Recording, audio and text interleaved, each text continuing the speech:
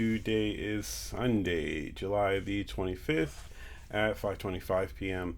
I haven't recorded in the past. It's been like a week now, so I do apologize for that.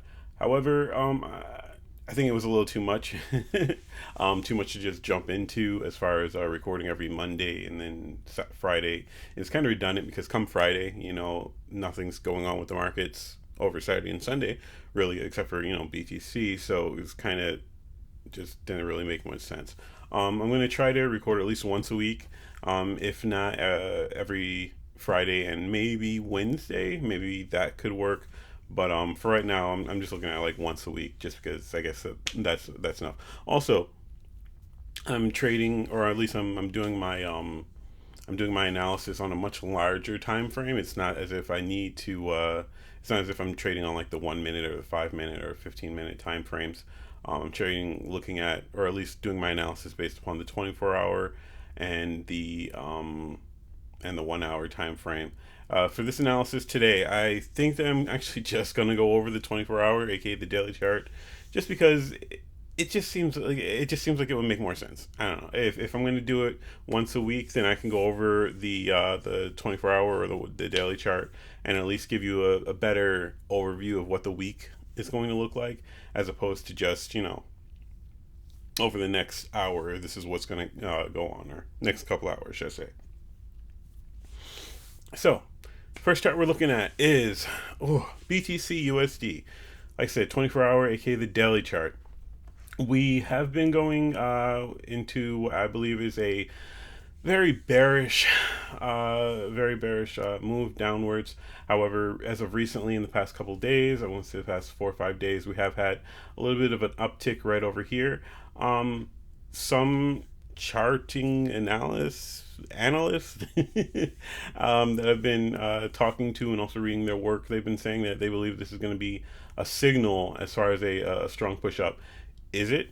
Perhaps. We do have the MACD showing that it is bullish. It's unfortunately still below the 0 line.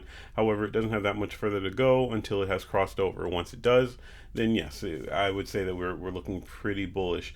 In order for me to personally feel like we're in a bullish trend, I would have to see the price break through at least the 400 period WMA. As of right now, we are still pretty firmly beneath it, and the current bar is a doji as of now, as of time of this recording. So right now I'm not really too positive. I don't really believe that it's going to be super bullish in the next week and a half. It could completely flip. If it does flip, then like I said, I'd want to see the price go through the 400 period WMA. If it doesn't, if it reverses, we're gonna start looking back down towards the 32,000, maybe 30,000 levels. We did reach down, where is this? Down to 29,301 as far as the low. Just broke, not just broke, but it broke beneath the 30,000, which is a lot of people's levels. Went down a little bit further, but it didn't really take too many. It didn't really do too much once it broke down below 30,000. So that's something to keep in mind as well. 30,000 is a pretty strong level to keep in mind. If we start seeing trades break through there, then that's something we might want to keep an eye on. Once again, my level that I'm looking at is 17.5. If we start going downwards, that's what we're going to be looking for. All right, next up, we are going to be looking at GBPUSD. The one thing I did want to mention is, before we even get to EURUSD and AUDUSD, is that from what I've seen, all of the currencies, like I said, GBPUSD, EURUSD, and Aussie dollar, are showing that they're losing a lot of their bullish momentum. A lot of them, including, like you see right here, the pound dollar pair, have broken through the 200 period WMA and are either in between the 200 and 400, or they've also broken through the 400 period. This could be a sign of just temporary weakness. This could be a sign of a reversal, but I'll get into further detail as to why I think that this is just them losing their steam, and we should kind of keep an eye out for any sort of bearish reversals going forward. Looking at GBPUSD, like I said, we have broken through the 200 period WMA.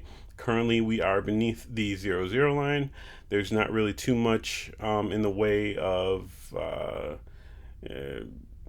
don't even know what the word is.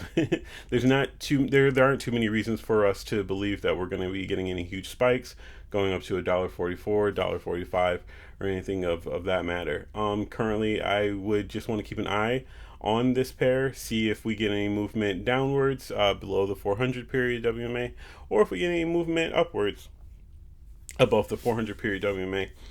That's really what's going to give us a direction as far as whether or not it's going to be heading up or if it's going to be heading down.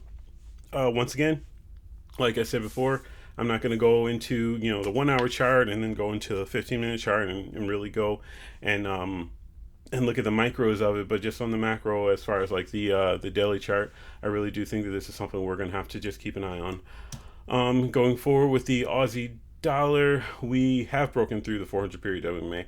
And we are once again below the 0-0 line on the MACD. With it breaking through the 400 period WMA, I feel like we might touch the 400 period WMA. We might get some trades that are opening and closing along the 400 period WMA, but ultimately I believe that we're going to get a push down. Right now, I honestly, I'm not gonna lie, I haven't done too much analysis on this pair, but I'll actually go through and see where our fib levels are and see what we're going to be looking like. Do I believe that we're going to go all the way back down to the lows that we've had here? What is this? March 18th of, is that last year? Yeah, Jesus Christ, March 18th of last year. I highly doubt. I have no reason to believe that as of just yet, but like I said, I'll go through the levels and we'll see what we're looking like. Lastly, we have the EURUSD, and as I said, they've broken through either the 200 period or also the 400 period, which is the instance here. We did have a situation where we broke through the 200 period and got close to touching the 400 period. That was this previous March. However, once it got close to hitting the 400 period, it retraced and started, going back upwards. In this instance, we have broken through the 200 period. It looks like it was going to try to do that once again. It got close to the 400 period, started going up, and then it lost it again. So that tells me that because it did go up, there was some bullish momentum. However, there wasn't enough. Since then, it has broken through the 400 period WMA, and currently we are below the 400 period WMA as well as the 0-0 line on the MACD. This is potentially setting itself up to be a strong sell. Even just looking at where the price is, we have reason to believe that we're going to be looking at some levels of support potentially being broken in the next couple days. If we see that where are we at? $1.17. If we, I would say if we broke through $1.17, that we should start looking at placing some strong sell orders. We haven't gotten a crossover of the 200 as well as 400 period WMAs. So we really don't have any strong confirmation as far as a reason to do that. But yeah, the $1.17, I would start to look at jumping into a sell order there. That's about it for the analysis for this week.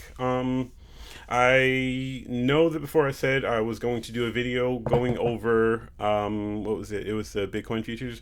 I believe it's /MBT for the micro Bitcoin. I haven't done that yet. Surprise, surprise.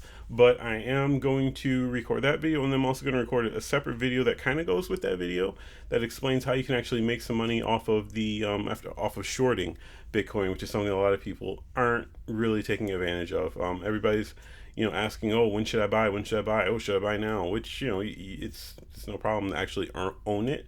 But in order to make a profit off of it on the short side, that's huge. So that's going to be a separate video that I'm going to put up. Until then, I wish you all the best. Happy trading.